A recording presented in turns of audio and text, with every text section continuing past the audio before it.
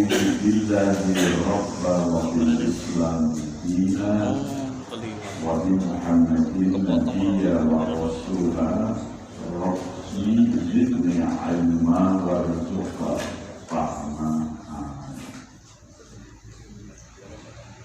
Bersyukur kepada Allah pagi hari ini kita semuanya dapat bersilaturahim di Masjid Umar. Mudah-mudahan menjadi silaturahim yang barokah, yang dengannya Allah memperluas rezeki dan memanjangkan umur kita semua. Kita untuk memakmurkan masjid harus belajar kepada Nabiullah Ibrahim alaihissalam. Silakan kalau yang baca Al-Quran dibuka surah Ibrahim ayat ke-37. Nabiullah Ibrahim alaihissalam ketika meninggalkan kampung halamannya di Hebron, Palestina, ke Makkah yang waktu itu masih disebut sebagai Makkah, karena di sana lembah yang tidak ada air, tidak ada tanaman, tidak ada penghuni. Maka kata Makkah itu berasal dari kata Makkah, bagian itu artinya air mata. Jadi kalau kafilah-kafilah tersesat di situ, dia yang bisa menangani, minta pertolongan kepada Allah karena tidak ada yang bisa menolong.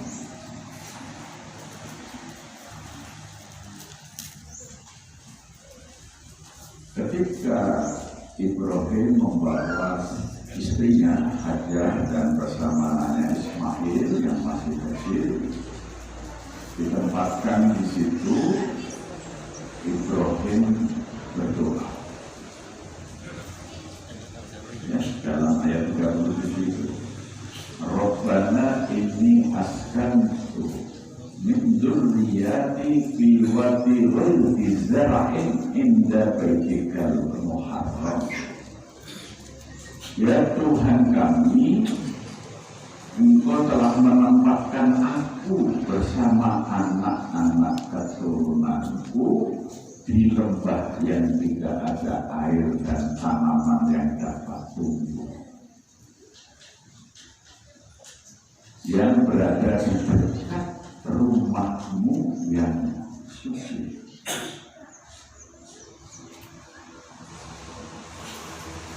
Jadi digambarkan dari yang makmur, yang subur, pindah ke Makkah, lembah yang ghairu bizar'in, yang tidak ada tumbuhan, air tidak ada sumber. Tapi Ibrahim kemudian memohon, Rabbana inni qimas shalah. Ya Tuhanku, jadikanlah kami, aku dan anak-anak keturunanku menjadi orang yang menegakkan sholat.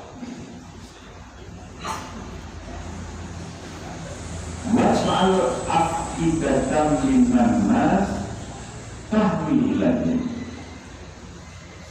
Kemudian jadikanlah hati manusia ingin datang kemari. Warzuq ahlahu minas thamarat, dan berilah rezeki kepada kami dari bermacam-macam buah-buahan.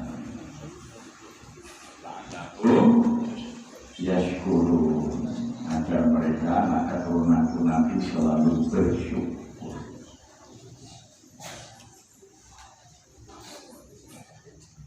Jadi kalau kita ditempatkan di dekat masjid Baitul Muharram, itu yang pertama dipikirkan adalah menggerakkan orang untuk sholat, menegakkan sholat dulu. bukan memikirkan bangunannya terlebih dahulu. Ya.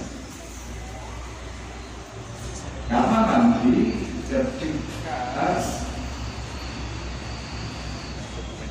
jamaah sudah ditegakkan, Allah akan menggerakkan orang-orang untuk datang. Was'al afidatan minan nas tahwi ilaihi. Bayangkan itu, tempat yang tidak ada air, tidak ada tanaman, tidak ada bangunan yang bagus, Allah menggerakkan hati orang untuk datang ke situ.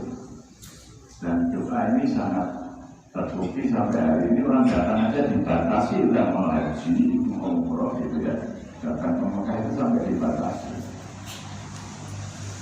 Maka dengan kedatangan orang-orang itu, rezekinya datang dari berbagai penjuru, dari beragam penghasilan. Warzus Allahu minat tamarat.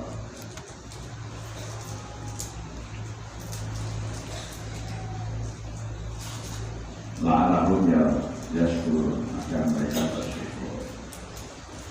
Ya, ini sambil direnungkan ayat ini, kita ke surat At-Taubah ayat 17 dan 18. Ayat 17, maka nalil musyrikin ayya'muru masajidallah syahidina ala anfusihim bil kufr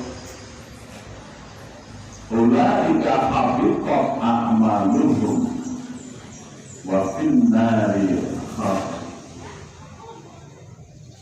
Tidaklah layak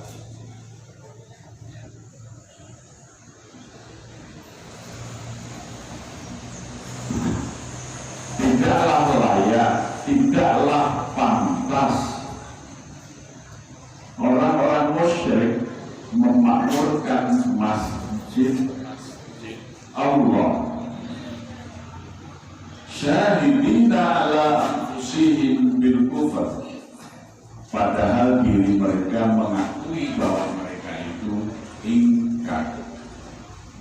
Ulaika habitat a'maluhum, maka sia-sialah perbuatan mereka itu.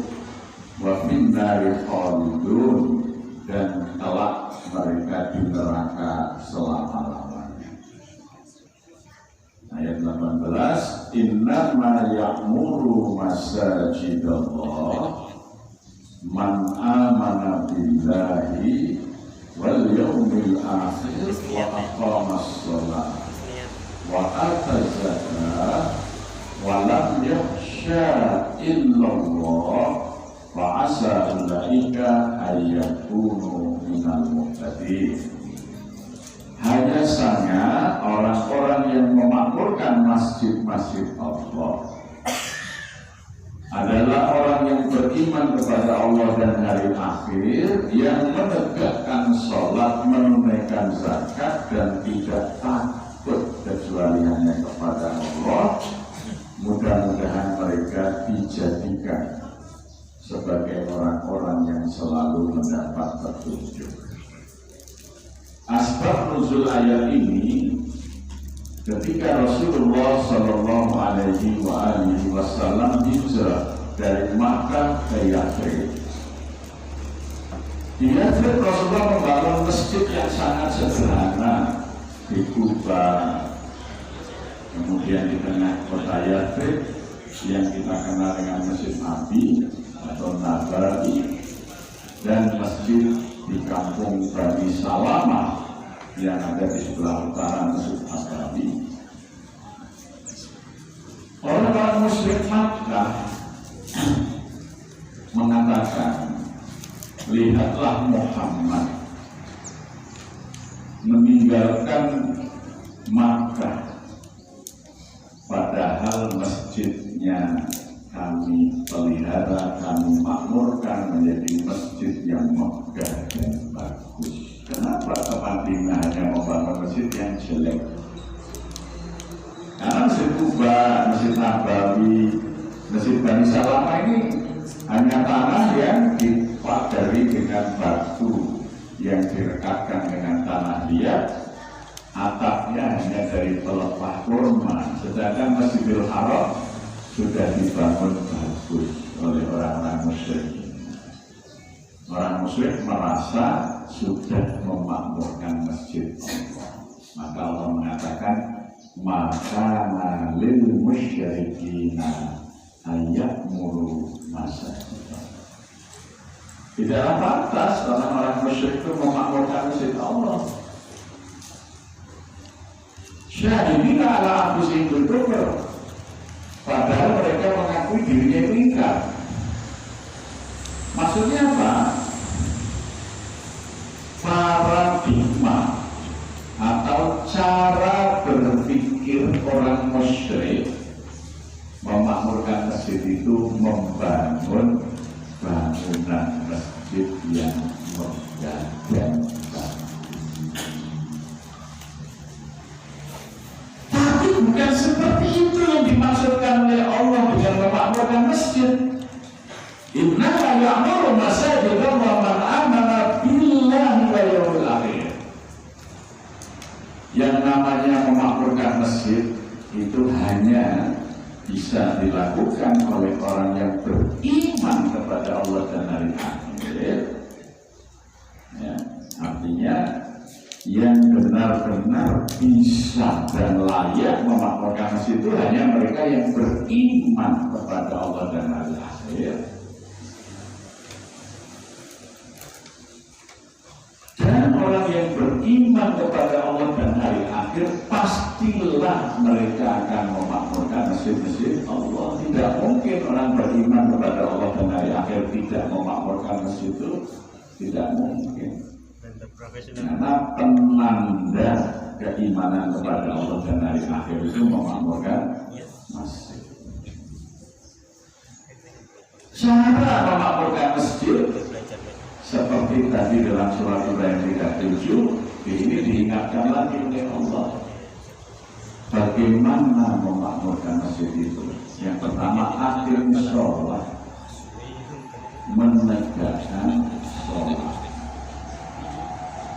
Yang kedua, wa'atu zakat, menunaikan zakat. Yang ketiga, walam yahsya illallah, tidak takut kecuali hanya kepada Allah. Nanti ma'asa ulaika ayyakunu minal muqarrin. Untuk hal-hal lain Allah akan menjadikan mereka yang selalu diberi petunjuk bagaimana menyelesaikan persoalan-persoalan itu. Ya, nah sekarang ini banyak pengurus masjid paradigmanya paradigma orang musyrik. Rapat hanya mikir fisik. Besok apa? Buat menara. Besok apa? Buat pagar. Besok apa? Ganti keramik. Besok apa? Beli lampu hias. Itu kalau rapat-rapat masjid memikirkan fisiknya saja, itu paradigma orang musyrik, bukan paradigmanya orang musyrik. Ya. Kalau pengurus masjid hanya mikir bangunannya, itu paradigma orang musyrik, bukan paradigma orang beriman. Maka dari musyrikina ayakmuru masajid Allah. Itu gampang orang musyrik itu mengklaim, wah masjid saya makmurkan, saya makmur, pengalaman bagus, seramiknya granit termakan, ya, tangannya indah. Itu cara memakmurkan masjid versi orang musyrik.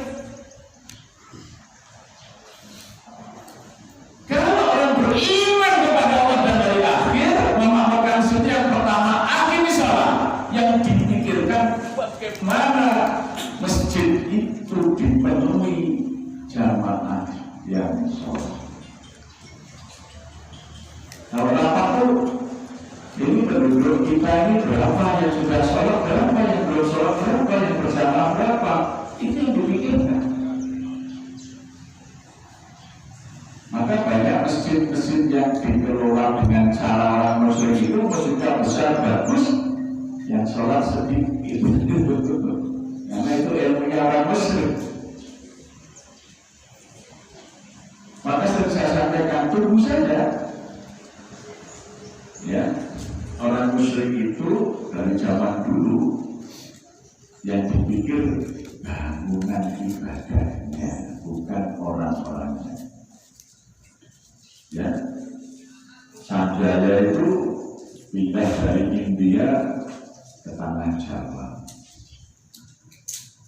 kemudian membangun tempat ibadah yang sangat megah, namanya Candi Sewu. Pusatnya namanya Prambanan. Sampai hari ini dikunjungi wisatawan dari seluruh dunia. Carilah pemeluk Hindu di sekitar candi aja susah. Ya, Sailendra juga datang dari India ke tanah Jawa, membangun candi Borobudur yang Buddha. Sampai hari ini orang datang ke Borobudur tiap hari, bayar 750.000 kalau mau naik. Ya, tapi yang ngatur harganya namanya Luhur Binsar Panjaitan, bukan orang muda. Kalau sekedar foto di bawah bayar 50.000. Carilah pemeluk agama Buddha di sekitar Candi Borobudur. Kenapa? Dulu Maulana Ahmad Muhammad Al-Maghribi datang dari Maroko ke Jatinom sebelah utara Prambanan. Dia tidak bangun masjid, tidak bangun tempat ibadah dulu,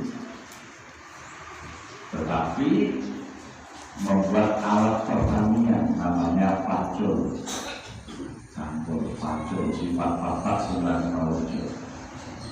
Diajari petani nyangkul, kalau nyangkul baik kuat, diajari membaca wirid, ya, Asmaul Husna, ya Qaumi. Makanya menjadi petani yang sejahtera, diajak bersyukur, kalau panen bersedekah dengan roti kamil yang diberi rasa manis. Kalau biasanya di Maroko itu tawar, ini manis. Sambil minta maaf kepada Allah selama ini tidak bersyukur. Allahumma innaka afwun tuhibbul afwa fa'fu menjelang afwa.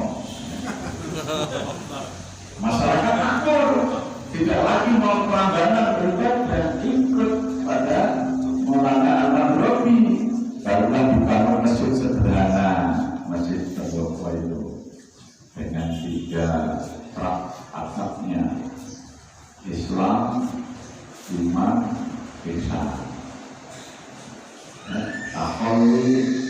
Tahallul tajalli dalam bahasa tasawuf. Benar-benar meninggalkan agama Hindu menjadi Muslim, bukan dengan bangunan masjidnya. Sementara bangunan Borobudur yang megah, Prambanan yang megah, tidak memakmurkan masyarakat, ditinggal. Maulana Malik Ibrahim datang ke Gresik, ya dibangun bukan masjid, membangun bendungan dan irigasi, sehingga orang bisa bertani, memelihara bandeng dan lain sebagainya sejahtera. Ikut Maulana Malik Ibrahim baru didirikan masjid.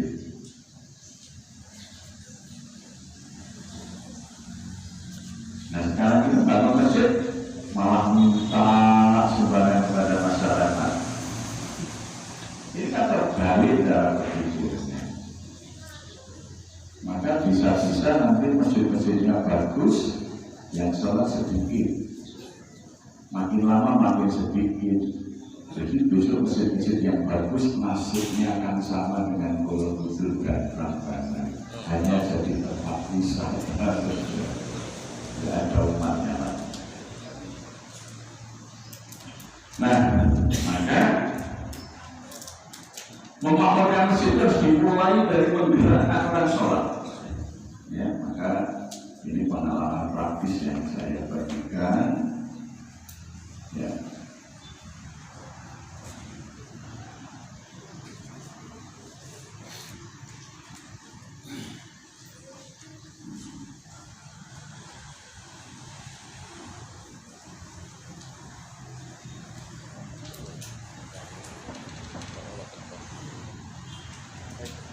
Jadi yang pertama,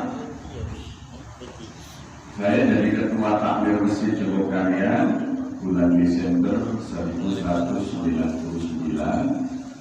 Langkah yang pertama saya lakukan adalah menetapkan wilayah dakwah atau wilayah tanggung jawab masjid.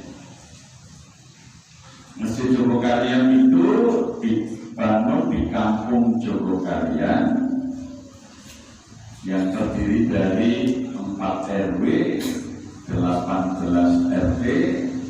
Waktu itu penduduknya 907 kepala keluarga, 2.973 jiwa. Muslimnya 2.643 jiwa. Muslim yang sudah wajib mengerjakan sholat atau disebut mukallaf 1.839. Muslim yang sudah wajib sholat yang belum mengerjakan sholat masih 816. Ya, saya lakukan pendataan. Kemudian dari data saya buat peta. Ini peta dakwah Masjid Jogokarian. Yang kuning di tengah itu adalah Masjid Jogokarian, ada kotak-kotak kuning di sekelilingnya itu musola-musola yang ada di Kampung Jogokarian. Jadi di Kampung Jogokarian itu ada 5 musola, ada 1 masjid. Kotak-kotak merah itu adalah rumah yang dihuni warga yang bukan Muslim. Ya. Kotak-kotak hijau itu rumah-rumah yang dihuni oleh warga Muslim. Garisnya itu bergradasi. Kalau kotaknya garisnya hijau muda, berarti penghuni rumah itu Muslim yang belum sholat. Kalau garisnya hijau sedang, berarti pemilik rumah itu Muslim sudah sholat, tapi belum berjamaah ke masjid atau ke musola. Kalau garisnya sudah hijau tua, berarti Muslim sudah sholat, sudah aktif berjamaah di masjid atau di musola. Ini kalau di Zoom ada gambar unta, berarti penghuni rumah itu shahidul kurban. Kalau ada gambar Quran, berarti sudah bebas dari Quran. Kalau ada gambar Ka'bah, berarti kepala rumah tangganya sudah berhaji. Kalau ada tulisan RP, berarti pembayar zakat atau muzaki yang membayar zakatnya lewat masjid. Ya. Data ini lebih lengkap dari data di kantor-kantor kelurahan. Ini kami buat formatnya, nanti semuanya bisa di-copy. Kemudian yang melakukan pendataan itu hanya anak SMP kelas 2, kelas 3. Saya tugaskan, ayo data rumah warga. Jangan tanya kepada yang didata sholat atau belum, dikeplak sama tanya saja pada anaknya, pada tangganya, ya. Ini kata data. Begitu kita dapat data, kita baru membuat program pelayanan. Oh, di Jogokarian itu dari 1.839 mukallaf, artinya Muslim yang sudah wajib sholat, yang belum sholat masih 814. Maka program takmir masjid yang pertama saya buat adalah mensolatkan orang hidup. Jadi bagaimana tetangga-tetangga yang belum sholat itu jadi sholat? Maka kami kunjungi dari rumah ke rumah, silaturahmi. Pak, saya pengurus masjid baru, tahun ini ada pelayanan untuk bimbingan sholat. Kalau Bapak Ibu berkenan mau mengikuti pelajaran sholat, Kapan punya waktu, ustadznya akan saya kirim ke rumah. Ternyata luar biasa masyarakat itu menyambut. Pak, saya ini sudah lama pengen sholat tapi nggak ngerti di mana mau belajar sholat. Karena masjid itu sering ada spanduk tabligh akbar, ustadz ini atau tabligh malam ahad, ustadz ini ngaji kitab ini. Nah kami itu nggak pernah ada kapan waktunya belajar sholat di masjid. Itu Bumennya ada masjid yang mengadakan proses sholatnya. Enggak. Masih ada orang yang belum sholat? Lainnya masih. Ini satu contoh. Orang belum sholat sudah diundangkan ustaz-ustaz yang kelas kajiannya tinggi, makin merasa bukan kelas saya masih itu. Ya, programnya bagus tapi tidak sesuai kebutuhan rakyat. Oh, saya butuh diajari sholat kok. Sudah kajiannya kitab Al-Hikam, syarat siapa? Udah ngaji tasawuf. Alhamdulillah tahun 2003 dari 816 yang belum sholat tinggal 315, tahun 2005 tinggal 27 yang tidak sholat menjadi sholat. Kemudian waktu itu sholat subuh itu hanya 30 orang. Padahal yang sudah wajib sholat berapa nih? 1839. Musola-musola juga sepi. Mensaut-sautan adanya. Maka mulai tanggal 15 Mei tahun 2000 saya buat gerakan sholat berjamaah. Caranya bagaimana? Yang pertama, saya undang dengan surat undangan. Jadi saya buat undangan sholat berjamaah, saya cetak seperti undangan pengantin yang bagus itu. Ya, kalau di undangan pengantin itu sering dikutip surat ya, Ar-Rum 21 atau surat Al-Nisa ayat 1. Nah, kalau itu saya kutipkan tentang hadis-hadis keutamaan sholat berjamaah di masjid. Man sholat al-subhi bi jama'atin faka'an nama sholat lailat dulu. Barang siapa yang sholat subuhnya berjamaah di masjid, pahalanya sama dengan sholat semalam. Barang siapa yang sholat isyaknya berjamaah di masjid, pahalanya sama dengan sholat separuh malam. Barang siapa berjamaah zuhur di masjid, lebih baik daripada mengerjakan 1000 rakaat sholat malam. Pernah sholat malam 1000 rakaat? Jamaah zuhur di masjid itu pahalanya lebih baik daripada sholat malam 1000 rakaat. Malam bangun, zuhurnya nggak ke masjid, rugi dengannya itu ya. Gitu. Nah kemudian yang kedua, tujuan mereka ke masjid itu bahagia. Makanya adzan itu satu paket.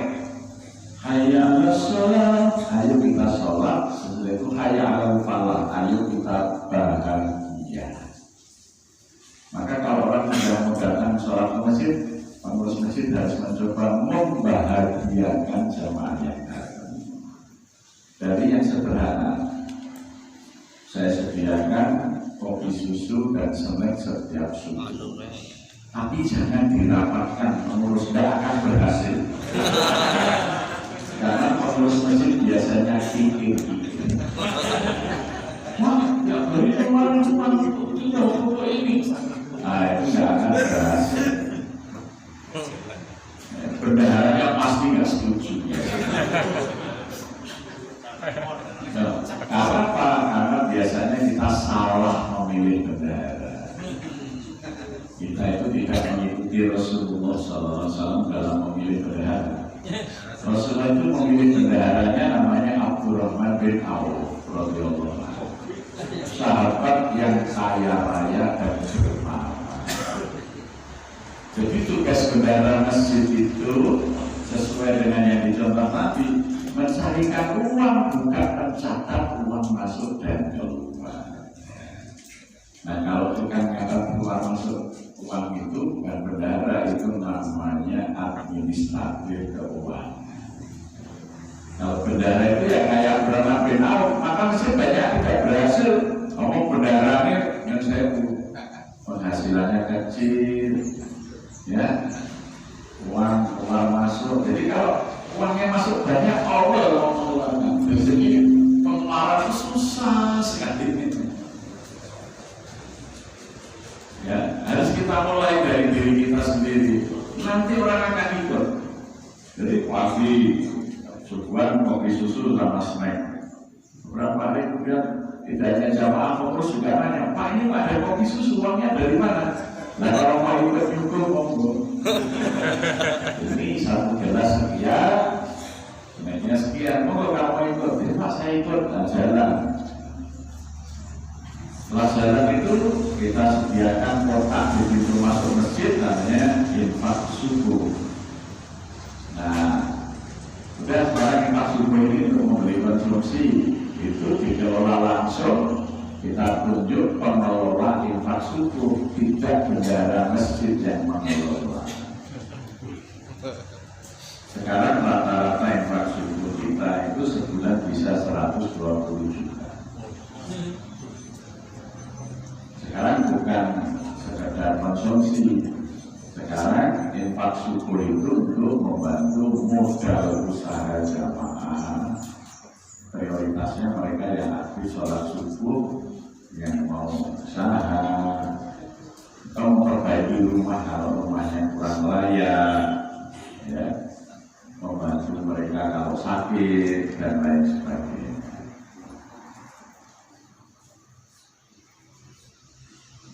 Yang kedua, supaya senang saja, sering kita sediakan surprise. Subuh itu kompor gas, terakhir kita sediakan setiap ya kami terdapat tiket umroh untuk mereka yang paling aktif berjamaah. Alhamdulillah subuh penuh. Tadi akhirnya sholat sesuai dengan surat Ibrahim ayat 37, ya, setelah orang menegakkan sholat maka hati manusia itu akan didatangkan oleh Allah. Maka orang pada lihat tuh jurukannya itu kalau subuh kok di luar Ramadan jamaahnya penuh, orang pada datang ingin melihat. Namanya destinasi wisata subuh. Awalnya dari lama-lama dari mana tidaknya dari Indonesia ingin membuktikan apakah subuh di Jogja itu jamaahnya penuh. Dengan kedatangan orang-orang itu kadang-kadang satu waktu bisa keluar bis, ya. Warzuq ahlahu minas samarat. Allah akan memberi rezeki dari situ. Ya. Jamaah, jualan ini modalnya. Ternyata tidak hanya makan minum, mencari kenang-kenangan. Kita buat peci batik Jogokarian, baju batik Jogokarian. Sekarang 30 kepala keluarga membuat peci bisa itu. Nah, penjualan direct sellingnya lewat masjid lebih dari 100 piece per hari, belum lagi yang online. Dan sudah tahun ketiga ini ekspor ke Malaysia. Kalau saya pakai peci hitam seperti bapak ini, yang untuk orang Gresik, karena ini merek AB, SBD, dan Gresik. Kalau ini kan buatan warga saya, jadi ya orang pakai peci, warga saya bisa bekerja. Ibadah orang Islam itu sumber kekayaan. Pecinya, bajunya, sarungnya, ini industri. Ini saya terbukti.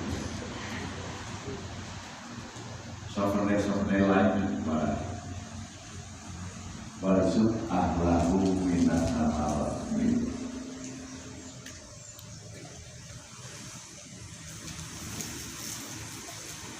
Ibadah sekali lagi oleh Allah, kita beribadah itu dijadikan salah satu sumber ekonomi.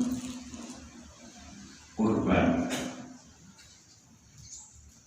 di Mina selama 4 hari saja, hari Natal tanggal 10 Dzulhijjah ketika hari Tasyrik, itu domba yang disembelih di Mina itu rata-rata 2.900.000 ekor hanya 4 hari saja di Mina saja.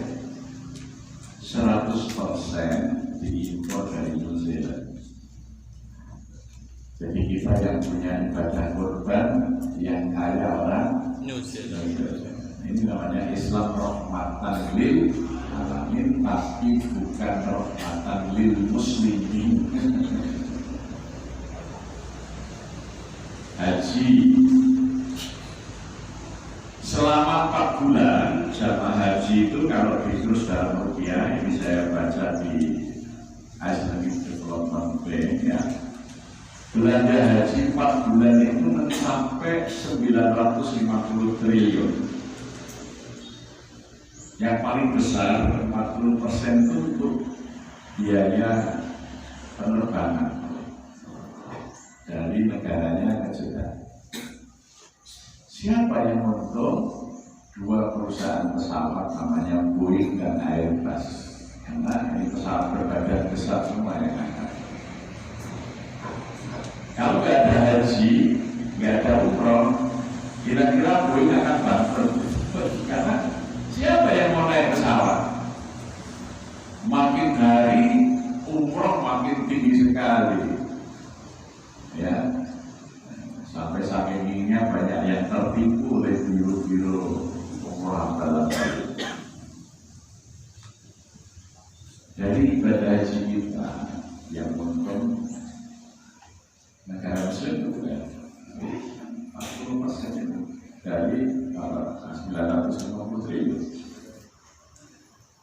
Yang lebih menarik itu belanja jamaah haji terbesar setelah biaya penerbangan itu untuk oleh-oleh. 15% uang jamaah haji itu untuk beli oleh-oleh, peci, sorban, jubah, tasbih, Quran, sampai apa?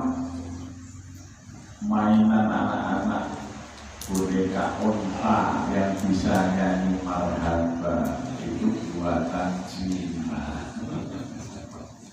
Ya, pulang haji surbannya baru tapi made in Cina, jubahnya baru, pecinya baru, sampai cucunya dibawakan boneka onta buatan Cina. 15% dari oleh-oleh yang pasar.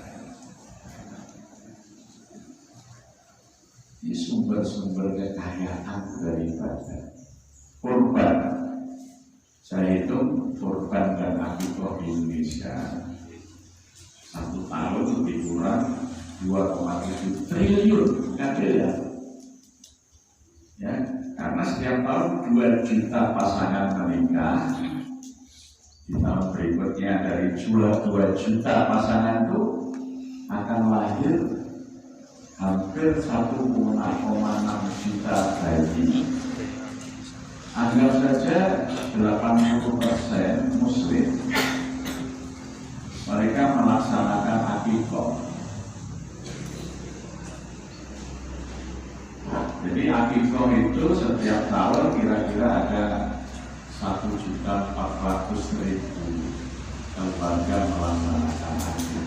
1.400.000. Kalau bayinya laki-laki betul 2 ekor, berarti berapa? 2.800.000 ekor kambing. Maka saya kemudian buat gerakan takjil kurban dan akikah. Takjil itu menyegerakan. Jadi ketika saya berbandingkan dari akad yang lalu, saya bilang, Anda merencanakan mengharapkan punya berapa anak? Hanya waktu 3 aja Pak, baik. Bayar akikohnya sekarang. Ditakjil. Diberikan ke kita pelihara ternaknya di pondok. Nanti kalau sudah mau akikoh, ambil. Mau 2 atau masuk, silakan. Ditempatkan ternak ini. Nanti disubsidikan kepada petani yang miskin, kasih domba sepasang. Ini dari uang akikoh, karena pas menikah itu kan banyak sumbangan. Jadi kalau untuk bayar akikoh 3 kali saja ada uangnya. Kurban, sering orang bertanya, Pak Ustaz, Pak Kiai, boleh nggak saya kurban atas nama almarhum bapak saya ibu saya? Besok jangan begitu. Anda sekarang pensiun, punya uang pensiunan. Ya kira-kira sekarang pensiun umur 58 tahun. Hidupnya mau berapa tahun lagi kira-kira ya? 70 tahun, berarti ada 22 tahun. Sekarang bayar kurbannya untuk 22 tahun. Bayar cepat. Anda tiap tahun saya nggak mikir lagi nanti kurbannya. Dan bahkan mungkin Anda meninggal, ternak dari pembayaran yang ditakjil kurban itu berkembang. Tapi Anda mati, Anda masih bisa kurban terus karena lembaga pesantren ini dari modal takjil kurban itu bisa dikembangkan ternaknya. Alhamdulillah ini cukup banyak. Kemudian kita kerjasama dengan Mindtex ya, Syari namanya Alami di Jakarta. Saya minta buat bank kurban untuk nampung semangat yang mau hasil. Kemarin pagi saya didatangi dari BSI pengen ikut dalam program takjil kurban.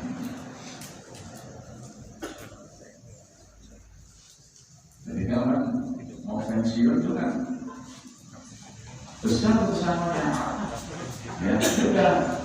Jadi 68 tahun, 60 tahun ya, berhubungan takut. Sudah titip aja, umur saya paling 20 tahun lagi ya, titip untuk 20 ekor kambing, berarti 20 tahun lagi saya sudah kurban. Oh itu nanti bisa menjadi berlipat-lipat kurbannya dan bisa menggerakkan ekonomi pedesaan dengan peternakan kambing. Sapi, pilihannya bisa kambing atau sapi. Jadi saya buat pesantren peternakan. Pesantren tidak usah beli ternak korban, nampung yang takjil korban. Bahkan sekarang ada yang wakaf ternak. Pak saya wakaf ternak 1 pejantan, 2 betina. 2 tahun lagi sudah tidak usah beli korban, sapi pejantannya ambil korban. Tahun berikutnya sudah 2 tahun itu anak-anaknya sudah bisa jadi korban karena umur sapi 2 tahun. Terus dia akan bisa korban sepanjang tahun. Jadi sebenarnya ibadah di dalam Islam oleh Allah dibuat diatur salah satu hikmahnya supaya umat Islam tidak miskin.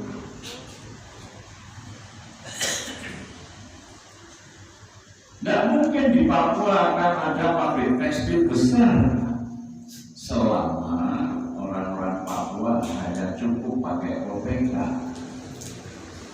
Betul nggak?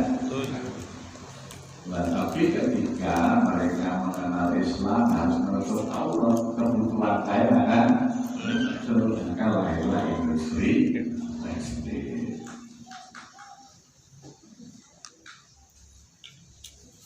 Jadi semua aturan ibadah dalam Islam itu bukan sekedar kebahagiaan di akhirat, dilahirkanlah kesejahteraan dunianya. Rabbana atina fid dunya hasanah.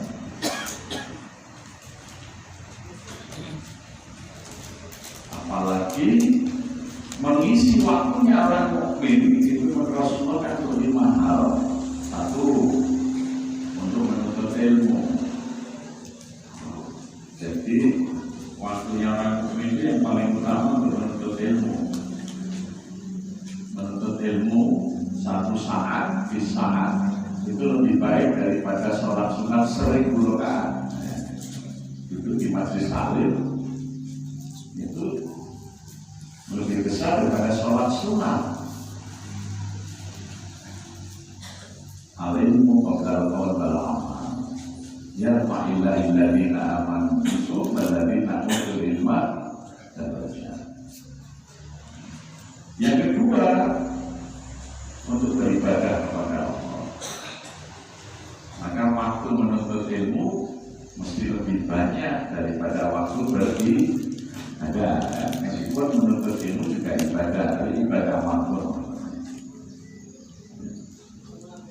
Yang ketiga, waktu digunakan untuk kasab, berusaha supaya tidak menjadi beban orang lain, kita mandiri. Yang keempat, mengisi waktu itu untuk membantu orang lain supaya kita memberi manfaat pada sesama. Dan manusia yang paling mulia adalah yang paling banyak manfaatnya untuk orang lain. Ya. Dan yang kelima, bersenang-senang yang halal. Nah, ini aspek pariwisata. Bersenang-senang yang halal. Sekarang negara-negara seperti Jepang, Korea, Thailand, ya, negara-negara industri melihat peluang wisata halal, wisata Islam. Kenapa? Tahun 2025 nanti dari 9,8 miliar penduduk bumi, 33%-nya Muslim. Sekarang ini umat Islam baru 26% dari penduduk bumi. Tapi tahun 2025 akan terjadi lonjakan pemeluk Islam di seluruh dunia menjadi 33%. 2025 nanti Muslim di dunia akan menjadi mayoritas.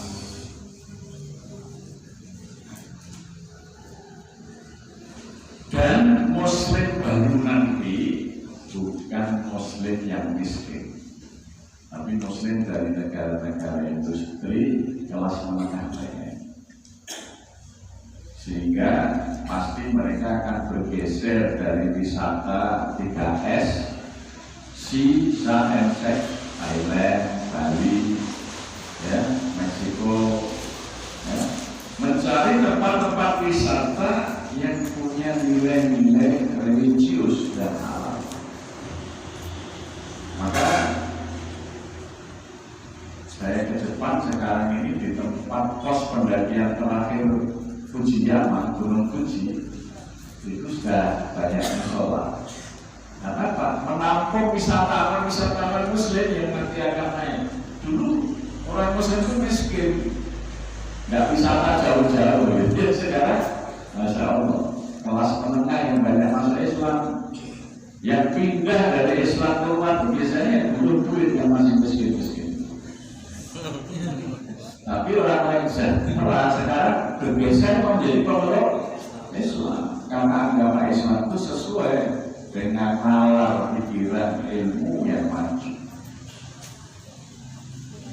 Jadi semakin banyak negara industri itu dipenuhi dengan muslim-muslim baru, malas-malas baru. Saya itu tiap tahun mengirim imam masjid selama Ramadan ke Jepang. Saya baru ngirim 8 orang imam ini selama Ramadan. Ya alhamdulillah,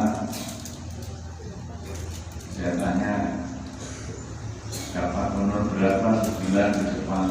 Jadi 5 orang saja. Itu kalau dikurus rupiah pulang dapat 93 juta, lumayan.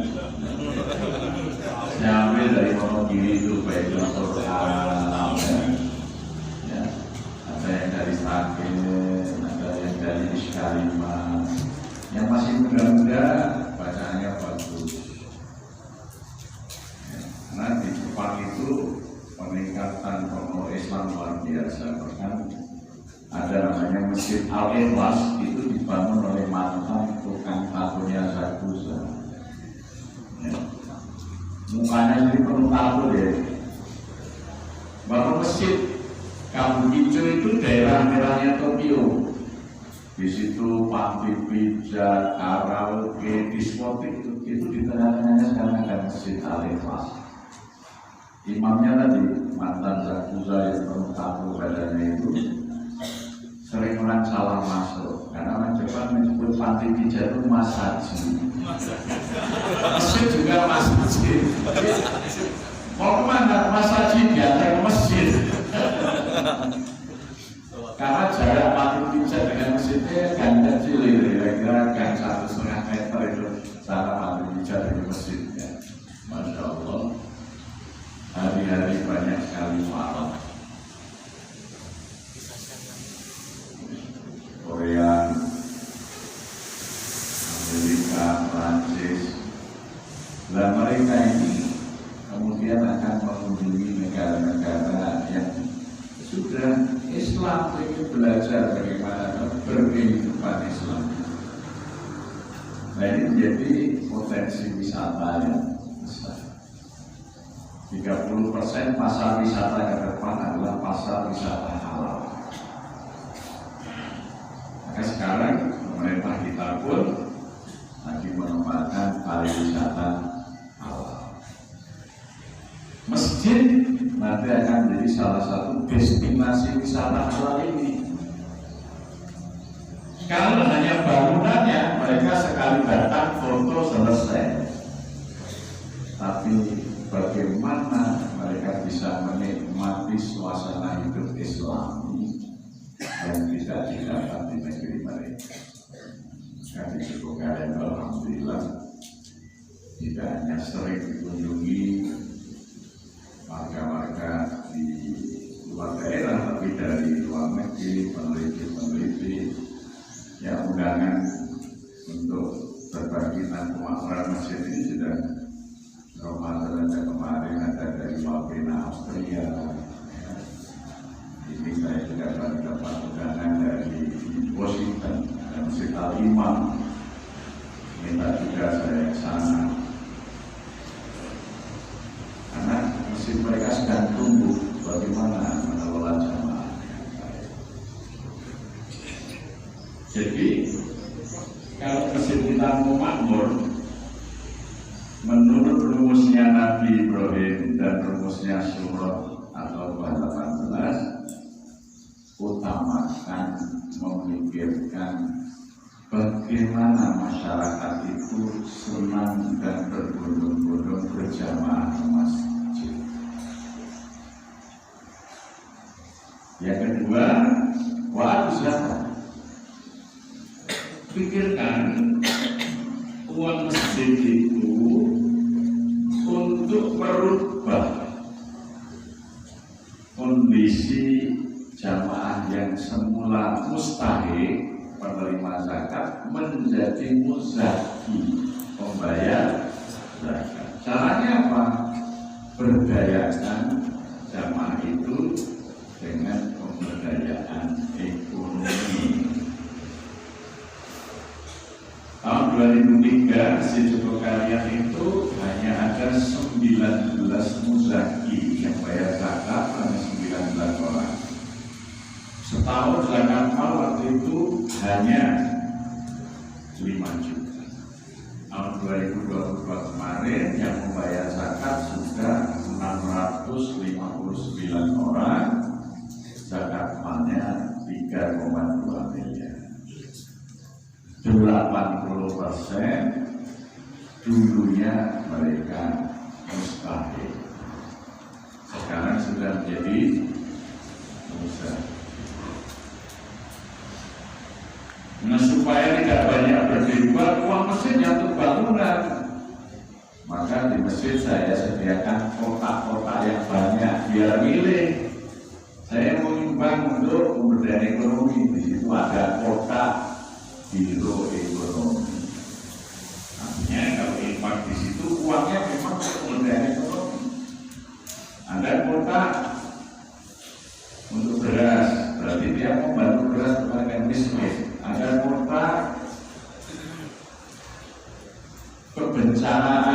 ada bencana di situ dana.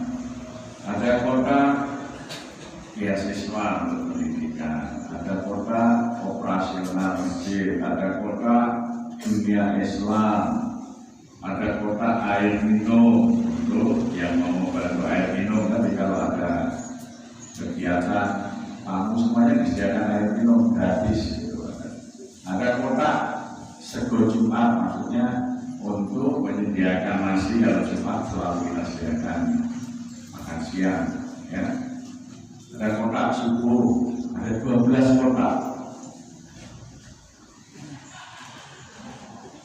Pilihannya banyak mau infak yang mana. Tapi kadang-kadang masjid itu juga salah menulis kotanya, ditulis kota sodako. Sodako itu kebaikan yang kita berikan sebagai ibadah kepada Allah berupa apa saja. Senyum pada orang lain sodako, berwajah manis sodako, memberi nasihat sodako. Jadi kalau kota infak ditulis kota sodako, kotanya sepi kayak orang di depan kota cuma senyum. Karena senyum sudah sodako. Kalau infak itu adalah pemberian kebaikan sebagai ibadah berupa harta. Itu, right? Ya. Wa'afiku mimma razaqnakum. Jadi infak itu dari bagian rezeki. Ya. Tapi kalau sedekah, senyum juga sedekah. Jangan-jangan ditulis salah kotak sedekah masjid. Maka orang masuk masjid cuma tersenyum dengan kotak sedekah itu kan sudah sedekah tersenyum. Uangnya sedikit yang masuk.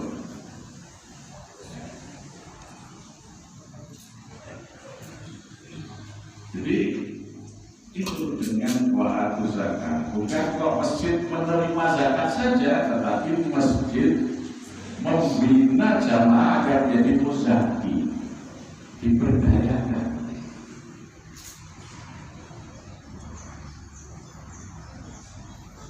Masa pandemi kemarin justru kita melahirkan 93 UMKM baru. Pak nganggur nggak punya kerjaan, buka usaha. Siapa Pak yang beli nanti? Jangan khawatir, jamaah kita kasih voucher belanja UMKM kita. Nah, ya, yang belanja jamaah uangnya dari masjid. Tetapi tentu karena voucher itu cuma kalau subuh, yang sholat subuh kita beri 10.000, kalau yang dulu 5.000, asal 5.000, dari 30.000 untuk belanja di UMKM. Akhirnya belanjanya kan lebih dari itu. Kemudian karena dia laris, orang lain pun ikut belanja ke situ. Program ini kita jalankan dari bulan Agustus sampai kemarin bulan berapa bulan yang lalu. Ini sudah hampir Agustus ya. UMKM-nya sudah mandiri, sekarang kami tidak bagi voucher lagi, usaha sudah hidup. Ya. Ternyata program yang kami beri nama program Pasar Rakyat ini diunggah oleh anak-anak remaja di media sosialnya masjid. Banyak orang tertarik membantu membeli voucher. 1 bulan dari para pengunggah media itu yang kami sebut jamaah virtual itu bisa 250 juta. Ada yang jual 1.000 sehari, ada 10.000, ada 1 juta. Tapi ribuan orang dari tidak hanya dari Indonesia ya, dengan bapak klik nyumbang $1, klik nyumbang 5 rial, klik nyumbang 5.000. Tapi karena ribuan, ini masjid itu tidak bisa dipakai lagi sekarang. Dengan media sosial, jamaah kita itu seluruh dunia bisa mengikuti kegiatan kita, melihat program kita ini untuk membantu pertumbuhan ekonomi. Orang yang lihat kegiatan kita lewat Instagram, lewat YouTube, lewat ini. Di samping itu karena banyak yang mengunggah, pengelola masjid, media sosial masjid itu mendapat royalti dari YouTube, bisa beli kamera yang bagus ya. Karena kita memikirkan orang miskin, maka Allah yang akan memikirkan kita dengan berbagai cara. Tapi kalau pengurus masjid itu hanya nampung uang disimpan nanti untuk bangunan saja, tidak beda dengan orang musyrik Mekah, tidak beda dengan Sanjaya dan Mangsa Sailing. Nanti umatnya miskin, datang orang lain ngajak pindah agama di situ. Ya, jadi masjid tidak boleh hanya memikirkan bangunan tadi, mengajak orang jamaah, membuat mereka itu bahagia dengan kesejahteraan, program memberdayakan, mensejahterakan. Yang ketiga, walam yakhsha-illallah, jangan sampai orang itu sampai takut, khawatir kecuali kepada Allah. Ya. Agar tinggal aja dagangannya sholat berjamaah, gitu ya. Tidak takut nanti nggak laku. Makanya di situ kalian warga yang tidak mampu setiap 15 hari mendapatkan paket sembako dari masjid. Ada beras, ada gula teh, ada minyak goreng, ada telur. Bahkan ketika kemarin minyak goreng langka, kami membagi gratis minyak goreng kepada warga. Dan tidak perlu nyoblos. Jadi itu kesejahteraan walam yakhsha-illallah. Tidak mungkin ada anak yang putus sekolah dengan biaya, datang aja ke masjid bagi warga yang dapat petakan pertama, SPP-nya dibayar oleh masjid. Tidak mungkin ada orang sakit yang tidak bisa berobat, masjid akan maka sekarang ini setiap pagi 2 bulan ke kami kirim deputi warga-warga yang cuci darah itu diantar ke rumah sakit, selesai cuci darah dibawa itu semuanya layanan gratis dari izin setiap hari.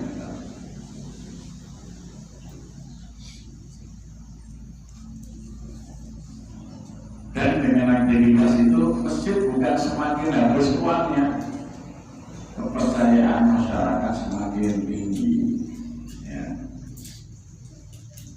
Jadi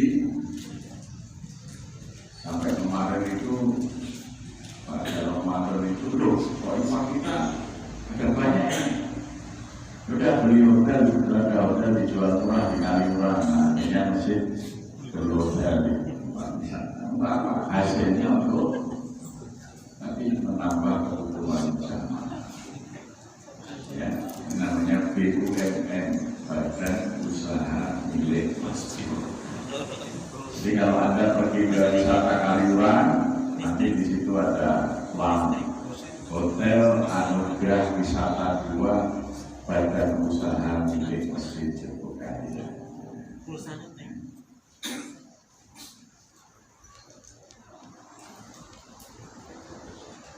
Pokoknya rumusnya itu mengikuti Al-Quran dan yang dicontohkan oleh Rasulullah. Dimulai dari yang paling sederhana, dimudahkan orang yang menumpang sholat. Maka waktu saya jadi ketua partai masjid pertama, saya buang seluruh kunci masjid supaya tidak dikunci. Buka 24 jam. Yang kedua, lampu malam hari nyala terus, tidak boleh mati sampai pagi. Ternyata karena malam terang, lampu terbuka, kamar mandi semuanya banyak. Dari mulut ke mulut, kalau malam mau numpang sholat ke situ aja dilayani bebas. Orang mau numpang tidur silahkan, tidur yang ibadah juga. Masjid kan tempat orang ibadah, mau ibadah itu tidak boleh. Numpang ke kamar kecil, buang air itu juga ibadah, silahkan. Semua semua aktivitas kita ini kan ibadah. Selagi ada tuntunannya, doa sebelum melakukan, kaifiah melakukan, dan doa sesudahnya itu namanya ibadah. Mau tidur, doanya ada sebelum tidur, bismillahirrahmanirrahim. Kaifiah tidur ada, ya. Tangan kanan, sandal pipi, ya ini Rasulullah melakukan begitu. Bangun tidur ada doanya enggak? Ada. Alhamdulillah biladzirnya. Berarti tidur di ibadah. Jadi kalau orang mau numpang tidur di masjid, berilah